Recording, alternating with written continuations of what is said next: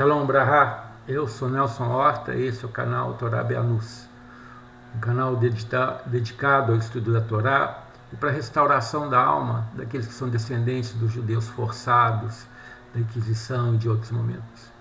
Nós estamos estudando a Parashá de Shoftim no ano 5782. Shoftim se refere a Deuteronômio 16, a partir do versículo 18 até no capítulo 21, no versículo 9. E a Haftará de Shoftim, Isaías 51, 12 até 52, 12. Que o Senhor continue nos mostrando o quão é poderoso e quão é profundo os seus mandamentos. É aquilo que Ele determinou para a nossa alma, para que a gente possa crescer e possa se retificar e fazer desse mundo que a gente vive um mundo melhor. Começando a leitura, Shoftim, Deuteronômio 17, versículo 18. Perdão, Deuteronômio 16, versículo 18. Juízes e policiais designarás para ti em cada uma das tuas tribos, em todas as tuas cidades que o Eterno teu Deus te dá, e julgarão o povo com reto juízo. Não torcerá o juízo, não fará distinção de pessoas, não tomará suborno, porque o suborno cega os olhos dos sábios e subverte as palavras justas. A justiça e somente a justiça seguirás para que vivas e herdes a terra que o Eterno teu Deus te dá. Bom, na Parashá passada, Parashá de Re'eh, nós começamos a ver realmente quais são os mandamentos que Deus nos dá. Então ele começa a dividir, começa a preparar, como que preparando um terreno para se plantar algo, para plantar uma semente que venha no mínimo produzir a 100 para 1. Essa é a visão da plantação divina. E a primeira coisa que a gente tem que fazer é preparar a terra. Por isso que o Senhor começa, quando ele fala no capítulo 14, lá esses são os estatutos que fala para nós. Ele fala que a primeira coisa que ele tem que fazer é limpar a terra de toda idolatria, destruir os altares, destruir as asherot, as árvores idolatradas, os monolitos, e tudo mais, para que a terra possa estar limpa, seja um campo livre, um campo virgem, limpo, para que a adoração ao verdadeiro Deus aconteça. E ele começa falando sobre a orientação dos sacrifícios, porque esse, dado lá em Levítico, que é a forma de adoração, ou seja, de serviço que ele deu através das korbanot, através dos sacrifícios, chamados sacrifícios, que na verdade korban quer dizer aproximação. Em cima disso, ele coloca as justiças sociais, ou seja, através dos sacrifícios, que os sacrifícios são feitos para tirar a arrogância do nosso coração, para nos sentirmos nos matando perante a Deus, ou seja, nos chegando mais perto dele, cada vez mais perto dele. Só um parêntese para você entender. Deus, quando te fez, ele envia a sua alma vem do divino, é uma parte dele. E a morte nessa terra representa o retorno dessa alma para a sua fonte original. Então, por isso a korban, ou seja, por isso o sacrifício. O animal era morto para representar que você morria um pouco também. Então, uma parte das suas posses, uma parte do seu lucro, uma parte daquilo que você tem que é conquista sua. Então, isso é dado para o Eterno. E nesse dar para o Eterno, porque Deus não come carne, não bebe sangue nem isso. Essa carne era uma parte dela queimada e uma parte dela comida pelo próprio sacrificante, e também distribuído para os levitas, para o órfão, para a viúva, para o peregrino, o mendigo, ou seja, para que haja justiça social. Então não tem como você chegar a Deus sem fazer bem a alguém. Então a parte que a gente chama de avodá halev, de serviço do coração, está ligado a isso. Você tira do que é seu, oferecendo a Deus, mas na verdade se alimentando e distribuindo para aqueles que não têm. Essa é a verdadeira religiosidade. Religião sem isso, ela não existe. Como que eu posso chegar a Deus que eu não vejo e deixar o meu próximo, o meu irmão que eu vejo passando necessidade. Isso é um paradoxo. Então Deus coloca isso para ele já no início. Isso é mandamento. Né? Aqui a gente começa a entender quais são os mandamentos dele para a gente. Então ele começa na limpeza. Primeiro limpar seu coração, limpar sua alma. Para você começar a trabalhar. É como limpar uma casa para você começar a viver dentro dessa casa. Limpar a sua empresa, seu parte de trabalho, para você poder começar a produzir. Isso é o que ele coloca para a gente. E fala também da parte do nosso interior, da nossa alma.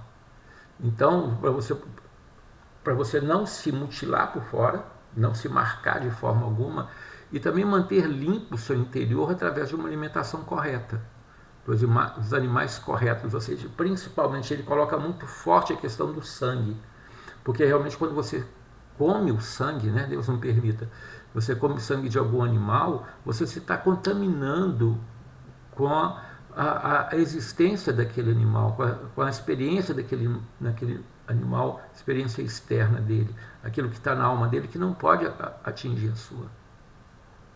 Então essa preocupação da limpeza externa, limpeza interna e a limpeza de relacionamento com Deus e com o homem é fundamental para que você consiga se elevar espiritualmente. Ou seja, é uma organização, uma ordem, uma disciplina muito, vamos falar rígida, mas correta, que te ajuda a andar de uma forma limpa. A limpeza é fundamental. Né? E a outra limpeza que ele fala para a gente é para a gente se manter separado dos costumes do mundo que são contrários aos costumes, aquilo que ele quer colocar para nós. Né? Chega a falar que até os seus filhos, aquele povo da terra de Canaã, sacrificava. Então, coisas absurdas. Aí você pode voltar no comentário da paraxá anterior para escutar mais sobre isso. Então, e o conceito, digo só Deus. Né? Até falando, caso você vê algum profeta, um sonhador, e falar, não, vamos fazendo sinais dos céus e da terra, e que vamos adorar outros deuses, ou que nosso seu pai e sua mãe falou para de forma alguma aceitar, porque é Deus que está te testando. Né? Se fala um profeta, é porque o profeta profetizou. Se fala que é um sonhador, alguém fala, não, eu sonhei que não sei quem me falou. E a gente está cheio disso no mundo de hoje, mas cheio. Né? Principalmente em igreja. Estão cheios de sonhadores. Né? Que estão trazendo tropeço para as pessoas, afastando as pessoas da palavra verdadeira de Deus. Então, isso que ele coloca para a gente, aí ele vai fazendo mais forte ainda quando fala sobre a questão do mendigo, em proteger o mendigo e ajudar o mendigo a se restabelecer, ajudar o escravo temporário, né? Aquele que fica por escravidão, por dívida, né? A se restabelecer. Porque a escravidão na Torá, ela nunca é eterna.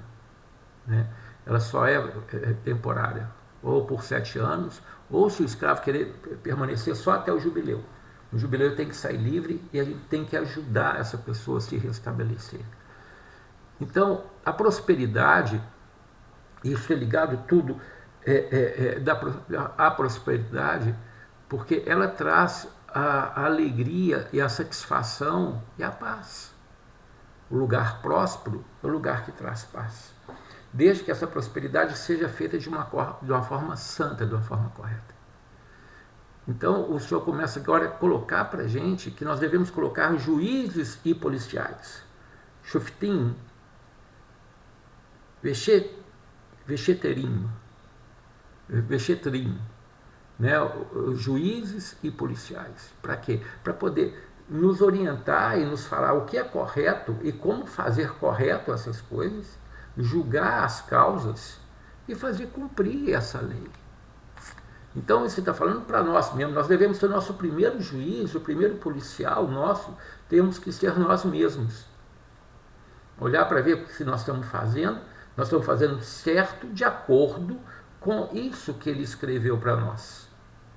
Então, aí que você vê se você está fazendo certo ou não. Ou não é falar assim, meu coração não me condena. Mas como que não te condena? Se você está agindo errado. Então nós temos um problema aí de um coração corrupto. Porque o seu coração não vai te condenar se sua mente conhece, sua alma conhece aquilo que você pode fazer e não pode fazer, e o que você está fazendo é certo. E se o homem está criando leis, como diz lá no Salmo 82, leis corruptas, então que estão te afastando de Deus, aí sim, seu coração está de acordo com a palavra de Deus e você está falando certo, aí isso é realmente seu coração não te condena, você tem que andar certo. Agora, a pessoa que age contra os mandamentos de Deus e quer se justificar falando que o seu coração não se condena, porque o seu coração é corrupto, ponto. Porque se Deus nos deu seus mandamentos, é para que a gente viva por eles e estruturemos uma sociedade. Se você parar para pensar, olha sobre tudo isso que eu falei, leia bem o texto, né, tanto da paraxá passada como esse que continua, e veja se algum mandamento aqui é injusto, algum mandamento aqui é impossível de se cumprir. Tá bom, você pode falar sobre sacrifícios. Não tem templo. Então, se não tem templo, não tem como fazer sacrifício. Então, os sacrifícios são verdadeiramente nossos dízimos, nossas ofertas. Né? A nossa forma de adorar, as nossas orações, nossos jejuns. Né? Nossos momentos de adoração que cantamos e louvamos a Deus, queremos elevar nossa alma. Mas é isso, é a ação que faz a diferença entre aqueles que são só teoria e no que fazem, não fazem de acordo com a palavra de Deus. Nós vamos continuar na segunda parte. Shalom Brahá.